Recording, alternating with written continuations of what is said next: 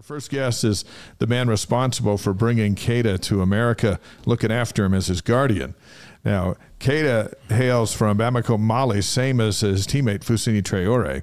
It's an amazing journey that he's on, and here to talk about it is Carlos Iglesias, the Director of VP Sales with Ken Garff Automotive. But when it comes to Keba Keita, he is... you're like his American dad. Yes. And Miranda will turn your mic on there. First of all, good to have you here.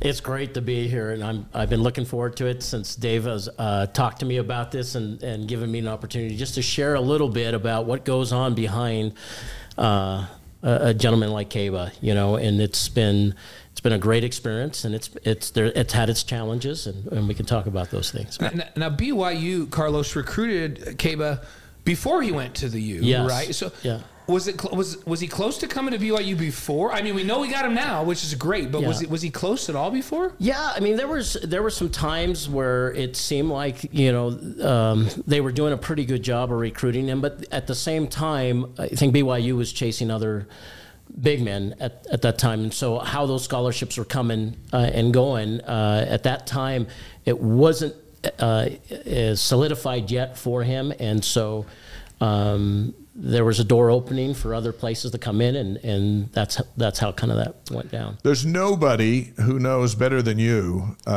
besides Keba himself, as to how he's enjoying BYU here in this first week and a half of practice.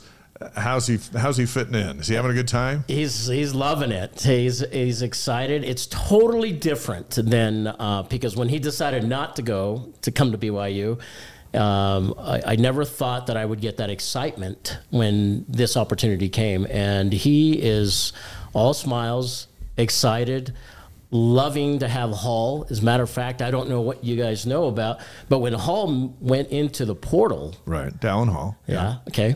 When he went to the portal, Keba was still up there, and they were contacting Hall. Come here, come here. They're trying to get him to the U. Yeah, oh, yes, yes, because you know Keba obviously played against Hall and loved his game, yeah. And so he's excited about the team. Walk us through a little bit of how this process went as Keba decides to leave the University of Utah and make his way to BYU. How did that go down? You know, it's. So if I can go back a little bit, when we bring these young men, and again, this wasn't our goal. Our goal, you know, it's the Mali Wellness Foundation that Mike Clayton, who is the president and founder of the foundation, and he got me involved early on. And we were just doing humanitarian work, and meaning doing eye surgeries, teeth extractions, all kinds of health benefits. So when this came to us, and then we decided, okay, we'll help out and bring some young men over here. The idea is for them to pick a school, you know, when we get here, and then they're going to be an alumni there. We're not going to bounce around, you know. That's, you know, because the idea is to get a complete education, get that degree. Can you imagine going back to a place like Mali with a degree from the University of Utah, BYU, right, you know, North Carolina, whatever that is, and so that makes a difference in the lives of them. So I think I got sidetracked. No, on the no, question. and that gives us the background on. Initially, it's a foundation, and you're bringing kids over here, and you've got kids that can play basketball. And the idea is, hey, if they can get a degree by playing basketball, this is great for everybody. It's great for their village where they're from. Right. It's great for them. It advances their lives.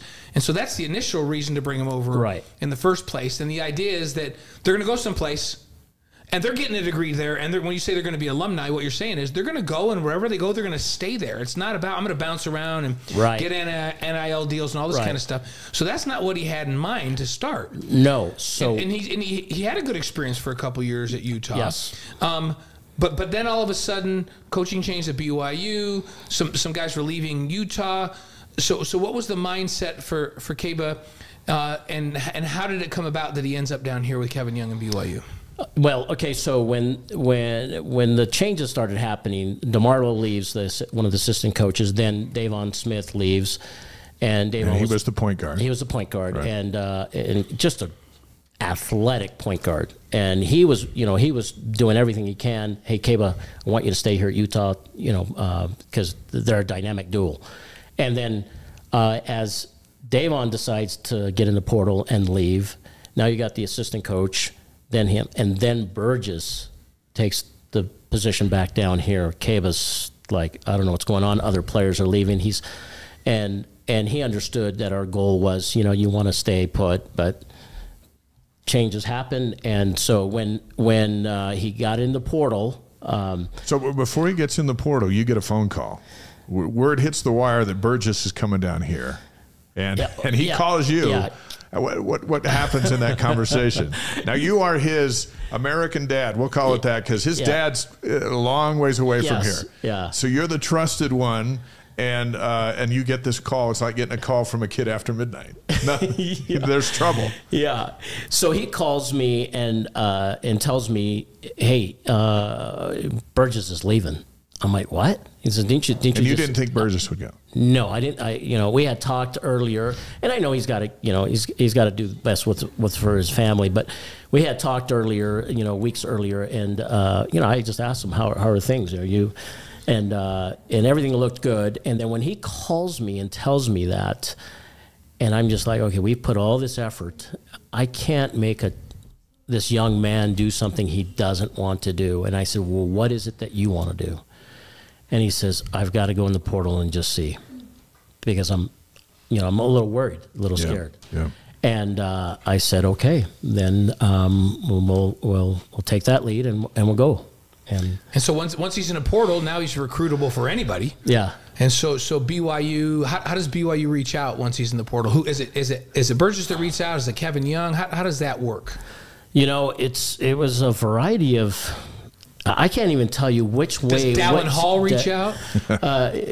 Not to me. Because I know that he wanted him there. Yeah. Yes. There was a lot. I think it was just a combination of everybody asking, in a roundabout way. Okay, so would Keba consider, BYU? And I said, I think he would, but the phone blew up, and I was getting ready to leave for Guatemala for 8 days. Timing's everything. Yes. And so when that is happening and this whole thing's blowing up, Brian Santiago was overseas at the same time. Mm-hmm. And that's the associate AD. Yeah. Yes. And we're good friends. We've been friends for decades through the Ken Garff Automotive Group, and then through our, through basketball. And so when I get a call from Burgess, he's asking me some questions, and I said, look, let me talk to Kevin Young. Yeah. I said, before I even have Keba go down this road, because he was a little bit frustrated 2 years ago about the recruiting, how it happened. Right. And so I'll tell you exactly what happened. You ready? Yeah. Yeah, that's the wise guys. You can tell us exactly what happened. It's just us. Okay, so I said, look, Burgess gets Kevin Young my phone number, and we text back and forth for a minute, and I said, okay, look, I've got to get on a plane, and they're trying to get me to come down just to talk to them there, because I want to meet in person, but because I got to look at Kevin in his face. You got to see him in the eyes. I got to see him in the eyes. I've dealt with. You're Keba's dad here, so it's like I'm his guardian. I'm his dad here. I got to make sure if he does something that I'm giving him the right advice, right? Yes, exactly. And dealing with a lot of coaches and a lot of professionals in business and everything, everybody has to hold a little bit back. They can't, everybody's got an agenda, and I'm not saying that in a bad way. Sure. We're trying to achieve something here. And so I said, look, Kevin, can you meet me at my house at 5 o'clock? Burgess, can you meet me at my house at 5 o'clock? And Kevin's like, heck yeah. Yeah, I'm coming over. And then he doesn't even know where he is either. He doesn't know his way around Provo. And then Brian Santiago, the smart man he is, and his compliance officer, Brian calls me back, hey, that can't happen. Because Keba's now at your house because he's out of school, and it's a dead period. So the coaches cannot, he can go to the, they can't go to him. You can get him and you can go to the school. That's legal, right?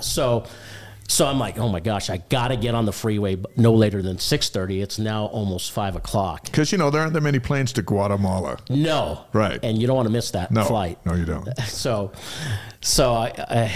they convinced me, I'm saying, okay, I'm heading down to the annex building.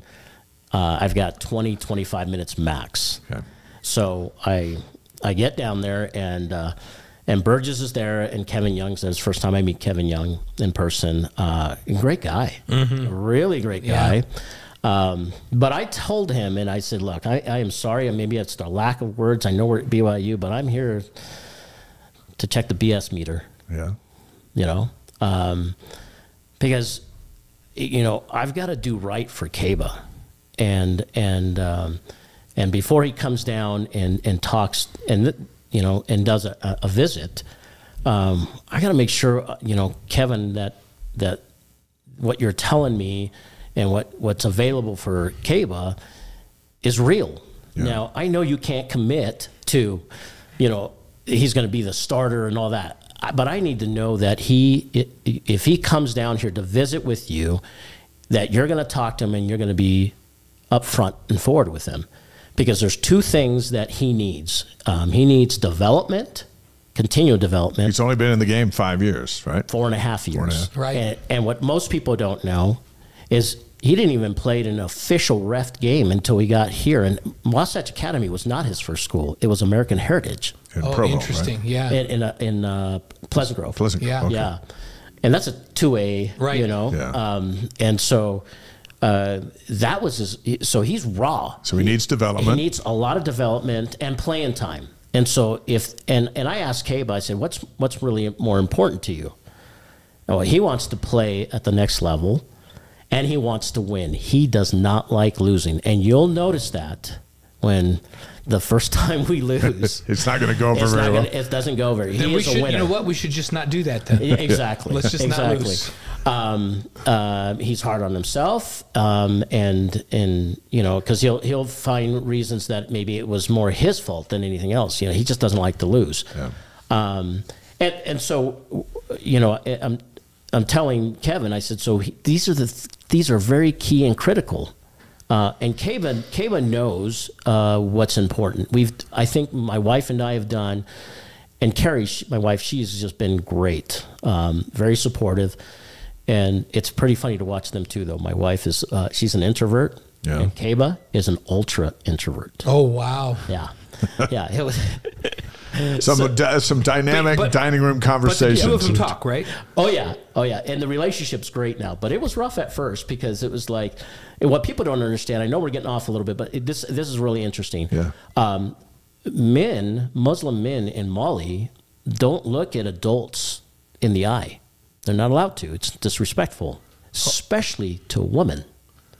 Wow. So here we got an introvert mom, a U.S. mom, and we've got an ultra introvert young man that's 6'40", it feels like, next to my wife, and he's just not communicating with her. So that development, took a little while, but she's been great, and it's been a great, experience for all of us. So these are the things, and when I'm talking to Kevin, I'm saying, hey, so these two things have to happen. Keba knows that there's all kinds of resources out there, a lot of resources out there. And when I say resources, money. Right, NIL money. And there was a lot.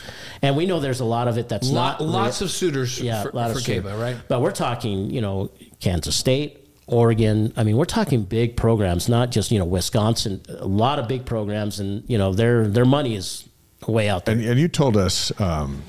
And I don't want to just sidetrack you too far on this because we're still in the Kevin Young conversation. But just moments after Keita's in the portal, a phone rings and you got an SEC school going, hey, we'll give you a $600K right now. Right now. That's insane. Did that part of it blow your mind when the suitors came calling? Yeah. Well, and it's funny though. It happened a few days before, even before we were thinking about going in the portal. The calls started. Yeah. Well, yeah, because friends of a friend of a friend. Sure. As long as a coaching staff or staffer doesn't make the call, it's all good. It's supposedly illegal, right? Right. But we were finding out numbers that were ridiculous, and that number and twice, 3 times as much as what the U was paying. Yes. Yeah. And that's not why we left Utah. Right. Yeah, it's not. But about that the was money. just this is the environment you're in as you're sitting in front of Coach Young. Yes. Right. Yes. And I'm watching my watch because I got to get on the freeway. Guatemala's waiting. Yeah. And so we have about a 25-minute conversation, and Kevin Young kind of just lays out, this is what he thinks, and a lot of things you guys already mentioned, but it felt so real, and it wasn't a bunch of salesmen, and then I looked at Burgess and I said, look, I think it's worth a conversation, but it's your job to convince Keba that what you're telling me and what you're bringing to the table is real, and I'm not going to make that decision for him. I want him to play for for BYU. I wanted him to play from the beginning. But hey, you just live down the hill here. Yeah. Wait, I shouldn't tell people we're on a hill. Yeah. We have a very secret location here. Yeah, we're 8 minutes from your house. Yeah. That's how So we're secret close we are. to your house. Exactly. And the stadium's just right down the Just street. down the road. Yeah. Just down the So road. we. So you're going to leave it up to him. Yes. But you call Keba and say it's okay. Go down there and talk to him. Did you say to him, listen, I believe in what he's saying, but you need to believe it? I just said, Keba, I think you might want to just go down there and talk to the coaching staff. Okay. I think you ought to give it a shot. I said, I'm not telling you to do it, but I think you ought to give it a shot. The biggest thing you got going there is obviously Burgess. He's not gonna lie to you. He's not gonna, and I felt like Kevin was pretty real, and so that's where we decided, and I left, and it didn't happen that same day. No. I left, and then. I'm talking to my wife. I'm in Guatemala. At the same time, I'm talking to coaches from all over the states, and I'm trying to get connections. I'm pulling over next to cafes to get so you have internet connection down in Guatemala. Keba comes and visits. I want to say 3 days later.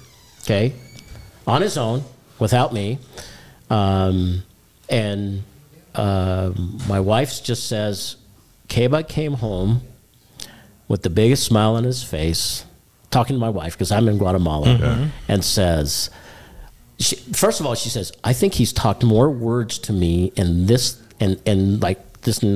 last 10 minutes than he has in any one given shot time. That's awesome. And he was excited. He was really, really, really excited. And so I said, okay, well, let's figure out. So just so you know, I asked Mike Clayton, because he's Foos's, guardian, and also the president of the Molly Wellness Foundation. So I asked Mike Clayton, hey, would you start at least helping us narrow this down? Because I'm in Guatemala, and then we'll start narrowing it down who we're going to do visits with. Did he say you don't need to go visit anybody else? I was waiting for you to say that, Blaine. Yeah, he doesn't need to go visit anybody else. He was good at that point? No, he's like, well, do you think they would even come close to any of the NIL stuff? I said, what's more important to you, Keba? I said, what's really more important to you? I mean, the money or to get developed? If you ask me, Keba, your degree is number one. And Utah was going to provide you a real good one. And BYU can provide you a really good one. And it's an international school. It's going to have all the programs you need. And so I let him think about it, and it didn't take long. Yeah. I think the thinking about was like a few minutes. And BYU is competitive in the NIL field, right? Oh, yeah. Nobody worry about BYU basketball right now. They're in the game. They're all in. They're in the game. Carlos Iglesias is the guardian of BYU center Keba Keita, who's on the Wise Guys, presented by Brady Plus. And so we were going to ask this, when it comes to NIL and foreign basketball players, it is a different game than, say, Blaine and I are playing, and we got an NIL. But by the way, I have no NIL deals, none for this show. But we would have one if we were playing today. Would have what is the difference? And I'm pretty sure most people have no idea what you're about to say. It's immigration status. If you come to the United States as an international student, and that's what these kids are, they're students, they're not allowed to make income unless it's within the school itself. So they're not on a work visa. Yeah, that's not a work visa, right. So while they have this F1 status on their visa, meaning there's a student athlete here, or international student, whatever, academic, unless they're going to go do something on the campus, or they're in a career at the campus, and they can send them out to do a little bit of career work, just very minor, so it's very touchy. You don't even want to second guess, Border Patrol.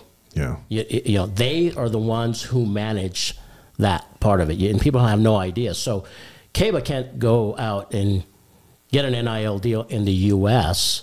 So the only way he can do it is if he does something outside the U.S. And we've been doing basketball camps in Mali, Africa, for a long time, and we've been taking our boys there before NIL and giving them an opportunity to earn some money with these basketball camps. And we've had some great people with us to do the basketball camps. So his NIL money has to come through Mali. Yes. And through the foundation. He has to actively be involved and engaged in things, because it's got to be legit. Yeah. So it's got to be a legit entity that he can make money. And so they've got to, there's some hoops to jump through for these international kids. Yeah. And a lot of schools, nobody has it totally figured out until who knows what the Border Patrol is going to actually eventually do. So who would have thought the Border Patrol is in charge of NIL? That's a scary proposition. That scares me to death right there. So in every school is trying different avenues, but the best and the safest way is to don't even go there. Just make sure that these boys, if they're going to get an NIL deal, that they do it overseas, and there's no question. It's not about avoiding taxes. That's not what it is. And a lot of people think, oh, you guys are just trying to make more money. No, that has nothing to do with it. If these kids break that visa and they make a violation, not only do they get deported, they'll never come back. Right. They'll never come back. So answer this question. How much of a cut do you get out of whatever Keba or any of these other athletes that you've taken in? What's your skin in the game?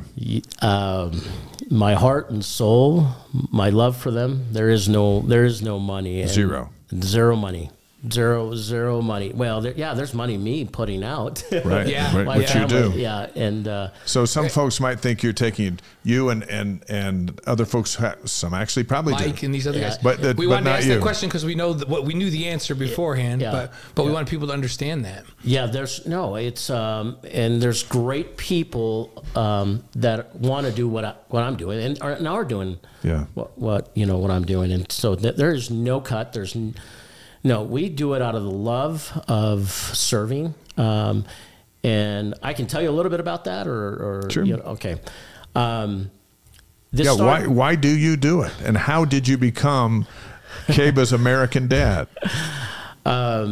So I grew up in inner city Los Angeles, single parent. Parents were never married, and it was a real rough childhood. And I remember sitting in a closet, just thinking, if I ever make an extra dime outside of just feeding myself, I'm going to figure out a way to serve, because nobody should experience what I'm experiencing.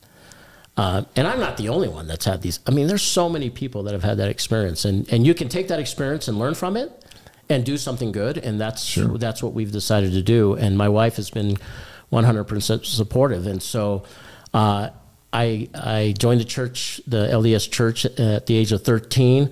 I decided to go on a mission. And that was a challenge in itself because I wasn't going to sit through Sunday school because that was boring. And my bishop says in L.A., he goes, come hell or high water, you're going on a mission because that's the only thing that's going to save you. Thankfully, it was high water. Yeah. I go on my mission and I go to Argentina and I serve with a lot of portion of my mission was with the Guarani Indian, and I got to see what humanitarian work can be done through the church and through other facets. And I thought, man, there's something there. And then we go fast forward many years. You know, I land a great job at Ken Garff Automotive. I started as a salesperson, worked my way up, and Ken Garff is just a great place to work. And they've given me the opportunity to make the money that I needed to make to save and to do this kind of work. But as I had that experience in Argentina, and what happened to me when I was young, I translated that to when Mike Clayton, when he was the owner, him and his brother were the owners of Hoagie Yogi, had asked me, hey, can I store a container on your lot, dealership at, here in Orem? And I said, sure. And he set me up because we were friends. And I go, well, what do you need? What are you doing with that container? And this is in 2015. Legitimate question. Yeah. What are you doing with that container? He says, I'm glad you asked. And that's where the whole journey started with the Molly Wellness Foundation. It wasn't called the Molly Wellness Foundation, but we were filling it with supplies, medical supplies and stuff like that. And man, that was like, okay, we're going to Mali, Africa, and this is what's going to happen. And we're going to have a basketball camp, and we're going to build a concrete basketball court, and we're going to do this. And I'm like, okay, I'm in. And we had all the players for that, and all of a sudden they started to drop like flies. The contractor dropped out for good reasons, and then our coach dropped out. And then Mike Clayton says, don't worry, you played basketball, Carlos, so you'll hold all the camps. And since you've done construction, you'll just be the lead on building this basketball court. And I'm like, what? So I called Dave Rose. I said, I need help. Is it okay if I use Bobby to do a basketball camp? His director of ops. Yeah. Right. Yeah. And Bobby came over. And he brought Fisher, point guard. What's his first name? Chase. Oh, yeah. Chase Fisher. Good memory. It just came to me. Can shoot lights out, by the way. Chase can shoot it. I was going to say Travis Hansen, but he's later in the show. Yeah. So they came and showed me what a camp was going to be like and what I needed to do. And I'm like, I need one of you guys. I really do need one of you guys. And Bob says, I'm in. Yeah. And Bob's been with us. Bob Medina's been with us 3 times. Mali, Africa, and so take us to Mali and Mr. Keita. How do you convince him to trust you enough to give you his son to keep an eye on in the United States, which is a long ways away? Yeah. How's that conversation go? It's when you look at Mali, and at that time when I first went there, it was like the 18th poorest nation in the world. Yeah. And these people are looking for opportunities. Their families are looking for opportunities. He's got a great mom and dad. And they're just looking for something to help, their family and their community, if anything. But I mean, these people are living very, very poor. And so Keba wasn't playing basketball. It was soccer and volleyball, right? He was playing volleyball. And but he looks like an NBA starting power. Like he looked like a basketball player. I was in practice with him the other day, and you look at the guy and you go, "This guy's an NBA basketball player. Yeah. Like he's got the body." Like, let me just tell you, he was maybe 15 pounds lighter when I first met him. Mm-hmm. He looked like what you see him, like a 12-pack without a shirt. Yeah. Fast forward a little bit. When I got him at our house, I have a weight set in my room, and when I took 25-pound dumbbells. And I showed him, I said, this is light. He couldn't even do that. And he looked like a statue. Mm. So he just is gifted, but now that he puts the work in, now he's gifted and the strength matches. Yeah. But he wasn't playing basketball. And and so in August, no, it was, I think in March of 2019 was he was done with volleyball, and he was done. And then he tried to try out for the youth national basketball team. And the coach, his name's Coach Cisse, and he thought he had a lot of potential, but he didn't make the team. And then Keba was trying to shoot and like, doesn't show. And his parents he decided, I'm not going to play basketball. And then he goes home and his parents convince him, just give it another shot. Gives it another shot. And Coach Cisse says, hey, you have a lot of potential, but you just don't know the game. And Mike Clayton's going to be here. He's from the United States. He's going to have a basketball camp. You need to go to his camp. And that was in August. Yeah, August of 2019. And I send you a couple of pictures. Yeah. And Richie's in that picture. Oh, yeah. And Richie's been with Richie us. Saunders? Yeah, many times there. And so I met, and I watched him, physically. I'm like, oh my gosh, this kid is unbelievable. And he doesn't even know the game of basketball. But his brother is a professional volleyball player and an elite volleyball player. So you ask, how does this kid, how do you convince him to come? Well, they had a good experience, a very rare experience with Keba's oldest brother, which is he's 2 years older, and he's playing in Italy now. But normally it doesn't happen that way. They go overseas, and Travis can attest to this. A lot of these, they eat them up, spit them up, and okay, boom, done, and they don't pay him anything. Keba is an athletic freak. His brother is too. He's not built like Keba, though.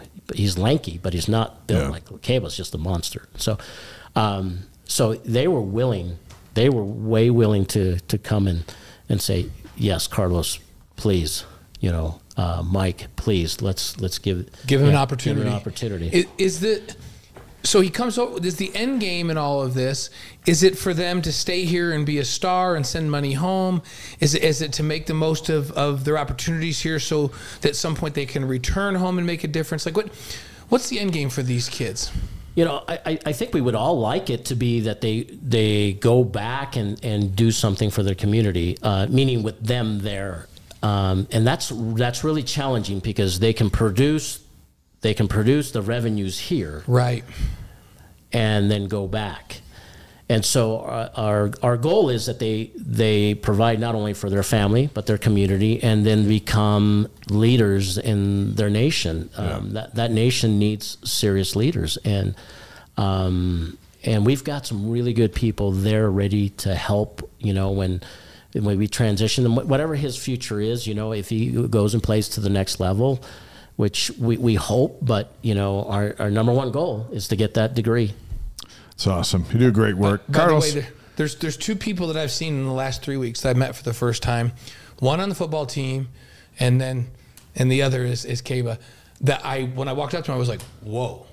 And we're around athletes all the time. Like I walked up to him and I was just like, whoa. Like he is a freak, and I mean that in the best way, right? Yeah. And then the Sani Tuwala, nobody's heard his name, football. Yeah. From Australia, didn't play in high school, played 1 year junior college. I walked up to him, I was like, whoa. You're not supposed to be 6'6", 290 and have a 12-pack. Yeah. And so both of those kids, so one on the football team and now one on the basketball team, that are such amazing physical specimens that you just walk up and go, wow, and he's one of those. Yeah.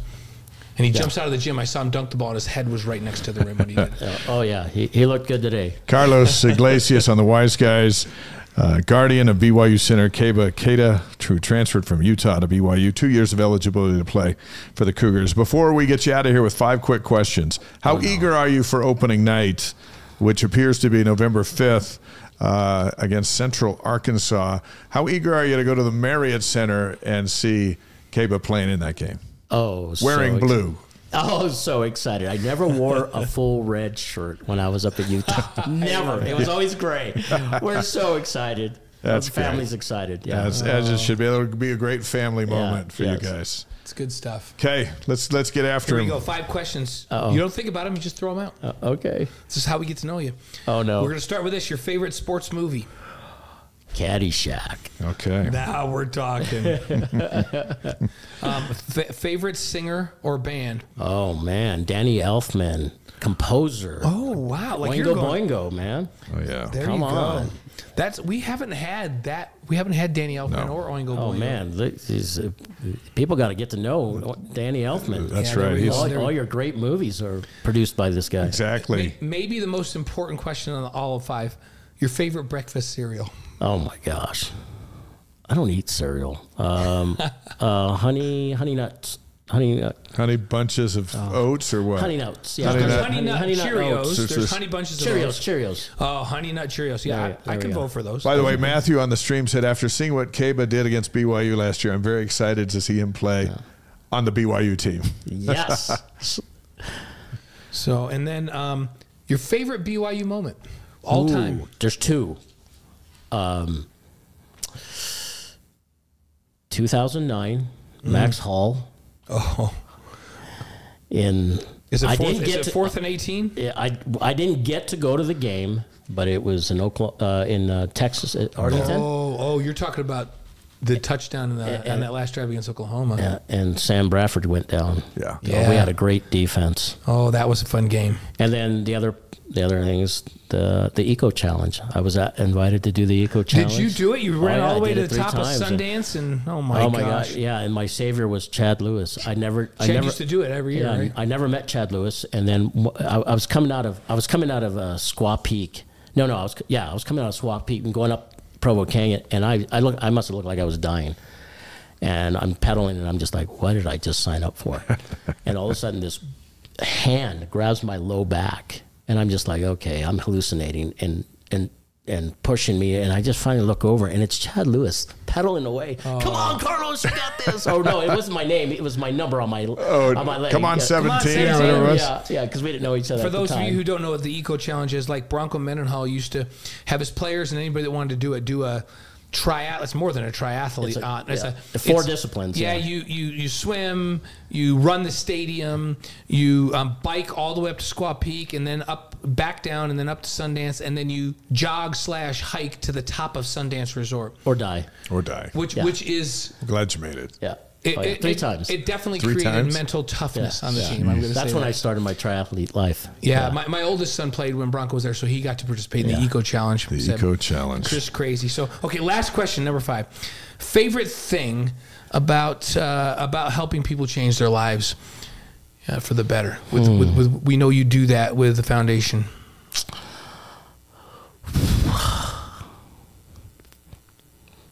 Just making a difference in these guys' lives. Giving them an opportunity. Yeah. You see that in Keba's eyes? Oh yeah. We've already changed his life. I mean, it's just amazing. Yeah. It's you can't buy what you feel. You can call it the Spirit of God. You can call it your heart. It's completing the promise I made to myself and to God. When I was a kid. If I ever had an opportunity, I don't want them to experience what I experienced, and Keba didn't come from a bad situation at home. It's just the life there. It's like so. Yeah, it's just watching the change in these people's lives. It's amazing. I wouldn't trade it for anything, and it's cost me a lot of money. Yeah. Glad you got a good job. So's Keba. Yeah. Fantastic. We look forward to seeing it. We'll be on the call on opening night, and we'll look for you, and we'll get you some TV time as the American family is in to watch Keba make his BYU debut. Carlos Iglesias, so good to have you with us on the Wise Guys. Thanks so much, Carlos. Thank you. Thank you, guys. Congratulations on all you're doing. Thank you. Fantastic.